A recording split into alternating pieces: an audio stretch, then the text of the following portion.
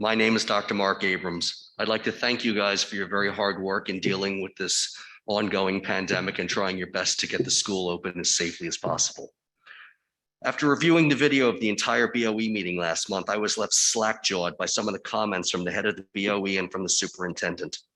The superintendent's last email today is simply too little too late and does not address the larger systemic issues that you're resistant to acknowledge. Mr. Selesnik, you talked about how the school district has experts. Who are those experts and what are their areas of expertise? I would like their written stated positions on the use of 33 restraints placed on a child in approximately 2 months without any parental notification. I would like their written statements on the procedures and processes, including the length of recommended time for the use of restraints. I would like their written statements on the appropriateness of a teacher pushing a child into a wall and a teacher putting hands on a child's throat.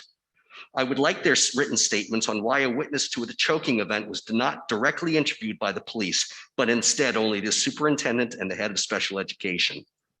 I would like their written statements on why the current reading program is in use. Despite an independent study showing that best science indicates that this program is not in line with best practices, there are no public statements from the alleged experts in the school district as to why this approach is still being used.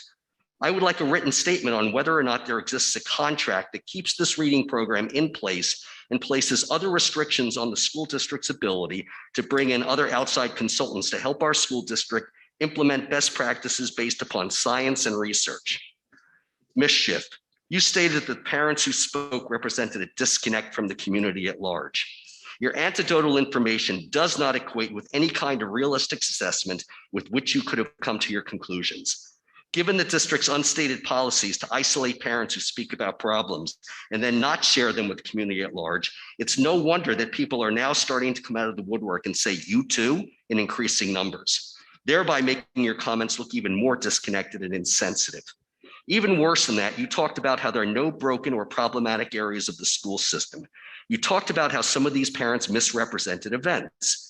People in the audience and everyone who watched the video were aghast at you essentially trying to gaslight our entire community into believing your assertions after you were presented with direct evidence that indicated significant problems in a growing number of areas. I fail to see how and why this school district is not looking for an outside consulting group to do a top to bottom analysis of the entire educational policies of the school district. Cherry picking a few areas as suggested by the latest email is grossly insufficient. You can see, read, and hear the growing community in our school district who are outraged at what has been going on and how this district has responded. First, you tried to listen and do nothing, and now you want to do the bare minimum?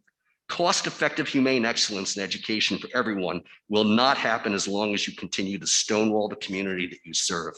Thank you.